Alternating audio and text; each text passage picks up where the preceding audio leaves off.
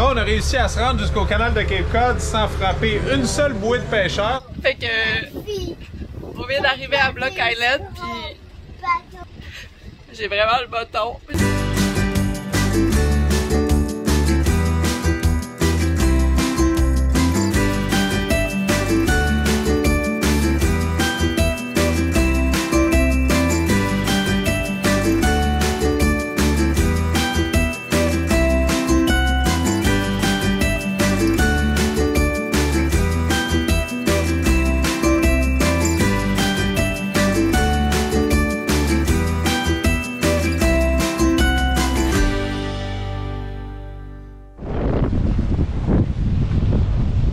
Après avoir finalement réussi à entrer aux États-Unis par Boston, le Globetrotter a largué les amarres et commencé sa descente vers le sud.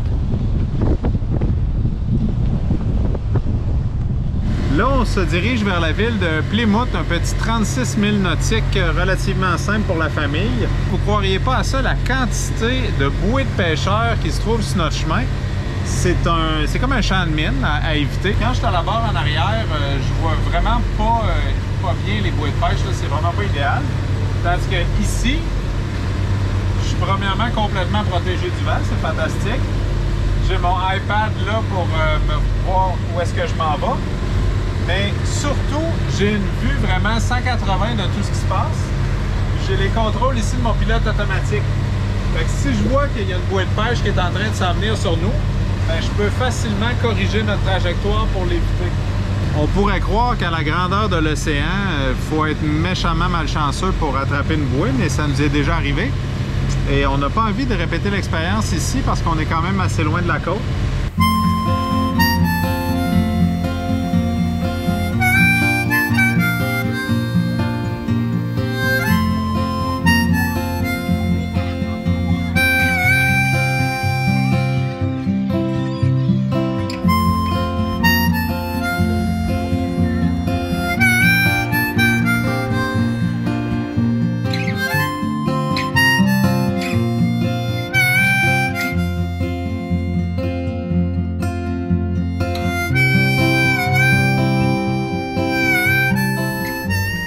Beaucoup de bateaux ici, c'est vraiment pas pareil qu'au Québec, ce qu'on a connu au Québec. En tout cas, on s'en va vers le canal de Cape Cod aujourd'hui.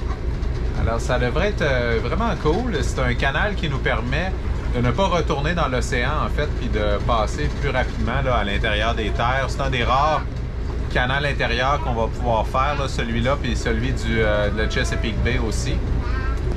Je dis un des rares parce que souvent, les plus petits bateaux, ils vont faire l'intracostal. C'est une espèce d'autoroute de bateaux qui se trouve à permettre de pouvoir passer à l'intérieur des États-Unis puis se rendre essentiellement jusqu'en Floride. Malheureusement, il y a souvent des ponts à passer puis différents obstacles qui font que tu as besoin d'avoir le moins de tirant d'eau possible, donc d'avoir le besoin du moins de profondeur possible. Mais il faut également considérer le tirant d'air, c'est-à-dire ta hauteur, parce qu'il y a des ponts malheureusement qui sont juste trop bas. Alors pour pouvoir passer ça, bien souvent, les plus gros bateaux comme moi, si je voulais le faire, bien, je devrais démater, donc enlever complètement mon mât.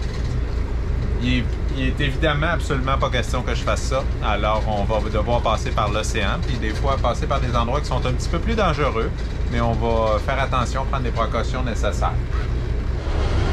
Amiral, t'es en train de faire ta classe de barreur.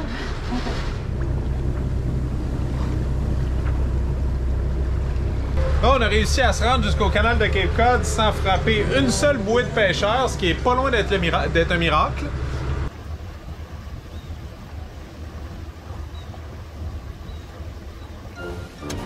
L'idée de construire le canal de Cape Cod origine de la colonie de Plymouth dans les années 1620. De multitudes d'études de faisabilité furent accomplies au 18e et au 19e siècle, mais sans suite. C'est finalement en 1909 que la construction débutera pour se terminer 5 ans plus tard, en 1914. On estime que plus de 3000 navires auraient fait naufrage en utilisant la route traditionnelle par l'océan avant l'inauguration du canal. Le canal permet de réduire de 120 000 nautiques le trajet à parcourir. D'abord un projet privé, le canal est maintenant la propriété du gouvernement et est entretenu par l'armée américaine. La tire, ta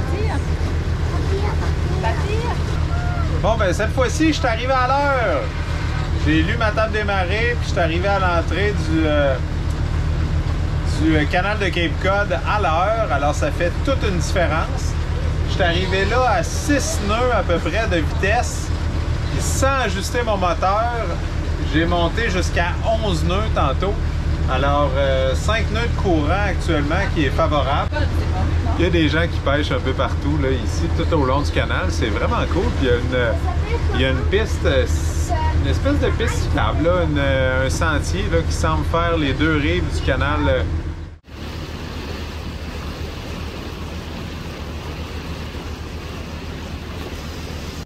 Le Globetrotter n'a pas sorti ses voiles depuis Halifax et on se trouve à la sortie du canal Cape Cod. Alors, est-ce que cette fois-ci, ça va être la bonne? On se croise les doigts.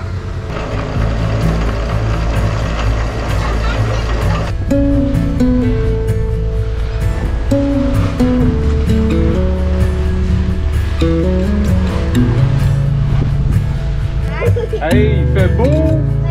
Le soleil est sorti, le vent aussi.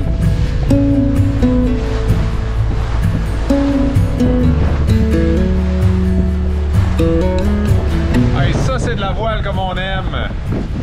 On a du beau vent, on a une belle vitesse, on a une Stéphanie en forme qui est même capable de lire. Qu'est-ce que tu regardes, Steph? Ben là, j'essaie de regarder ce qu'on peut faire à Block Island. Ça a l'air cool. À date, il y a vraiment 2 plages qui semblent fun.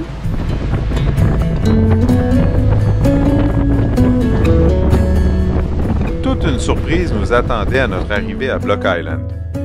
C'étaient nos amis qui s'étaient vus refuser leur entrée aux États-Unis et qui étaient sur leur retour vers le Canada. De tous les ports que comporte la côte américaine, le hasard les avait mis à nouveau sur notre chemin pour quelques secondes, le temps de leur envoyer la main alors que nos bateaux se croisaient dans le chenal d'entrée. Fait que on vient d'arriver à Block Island, puis on croise nos amis qui s'en vont avec nos agendas, puis Folido, puis je trouve... C'est ça. Je m'attendais pas à les revoir aussitôt, mais ils se retournent au Canada, puis... Ouf! J'étais pas capable de leur parler au VHF là, quand j'ai compris que c'était eux. J'ai vraiment le bâton, mais je trouve ça ordinaire là, les dédales administratifs, tout ce que ça leur fait vivre et tout ça, puis c'est ça. Ils méritaient pas ça, puis nous on avait envie de poursuivre avec eux, fait que... Là, on s'en va faire l'école à la maison, on est lundi. Aussi, ça a l'air un beau village.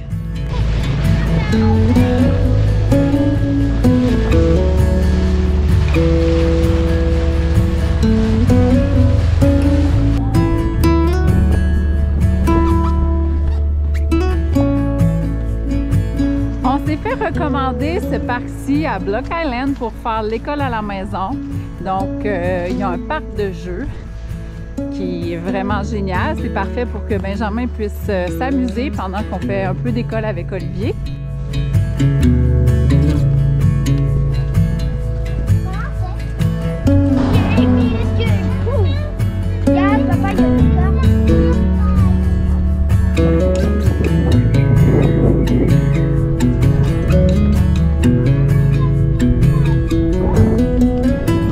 S'il y a une chose dont les États-Unis manquent pas, c'est bien de drapeaux. C'est complètement fou la quantité de drapeaux américains qu'il y a partout ici.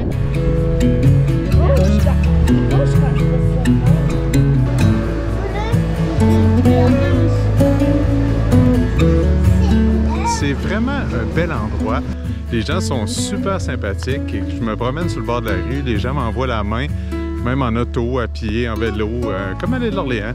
Alors, c'est vraiment un arrêt que je recommande fortement si vous êtes en bateau dans le coin ou si vous avez envie de faire de la plage pendant quelques jours. Il y a une plage absolument magnifique ici. En fait, il y en a plusieurs. Nous, on en a vu une qui est vraiment très, très jolie. C'est des kilomètres de sable blanc avec une belle eau. Puis c'est vraiment très joli.